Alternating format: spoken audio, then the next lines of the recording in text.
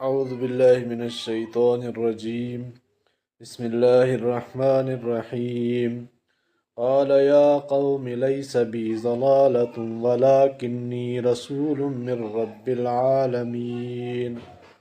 حضرت نوح علیہ السلام بولا، اے میری قوم، میں ہرگز بہکا نہیں، لیکن میں بھیجا ہوا ہوں جہان کے پروردگار کا۔ اس دل خراش دل آزاد گفتگو کے جواب میں نوح علیہ السلام نے پیغمبرانہ لہجے میں جواب دیا۔ وہ مبلغین اور مصلحین کے لیے ایک اہم تعلیم اور ہدایت ہے کہ اشتعال کی بات پر مشتعل اور غضبناک ہونے کے بجائے سادہ لفظوں میں ان کے شبہات کا ازالہ فرما رہے ہیں۔ جیسا کہ آیت ہے، قال یا قوم لیس بی ضلالۃ ولکنی رسول من رب العالمین، یعنی اے میری قوم، مجھ میں کوئی گمراہی نہیں، مگر بات یہ ہے کہ میں تمہاری طرح آبائی رسوم جہالت کا پابند نہیں، بلکہ ابلغکم رسالات ربی وانصح لکم وعلم من اللہ ما لا تعلمون، بلکہ میں رب العالمین کی طرف سے رسول ہوں، جو کچھ کہتا ہوں ہدایت ربی سے کہتا ہوں، اور اللہ تعالیٰ کا پیغام تم کو پہنچاتا ہوں، جس میں تمہارا ہی بھلا ہے، نہ اس میں اللہ تعالیٰ کو کوئی فائدہ اور نہ میری کوئی غرض۔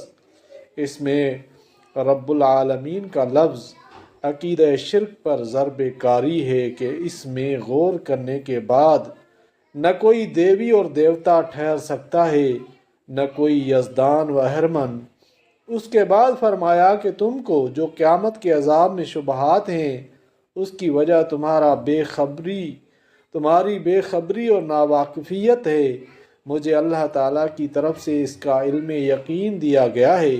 اس کے بعد ان کے دوسرے شبہ کا جواب دیا جو سورہ مومنون میں صراحت کے ساتھ مذکور ہے، ما ھذا الا بشر، یعنی ان کی قوم نے نوح علیہ السلام کی دعوت پر ایک شبہ یہ بھی کیا کہ یہ تو ہماری ہی طرح ایک بشر اور انسان ہیں، ہماری ہی طرح کھاتے پیتے سوتے جاگتے ہیں، ان کو ہم کیسے اپنا مقتدا مان لیں؟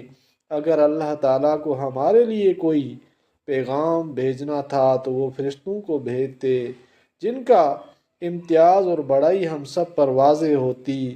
اب تو اس کے سوا کوئی بات نہیں کہ ہماری قوم اور نسل کا ایک آدمی ہم پر اپنا تفوق اور بڑائی قائم کرنا چاہتا ہے۔ اللہ تعالیٰ قرآن پاک کو سمجھنے اور عمل کرنے کی توفیق عطا فرمائے، آمین یا رب العالمین۔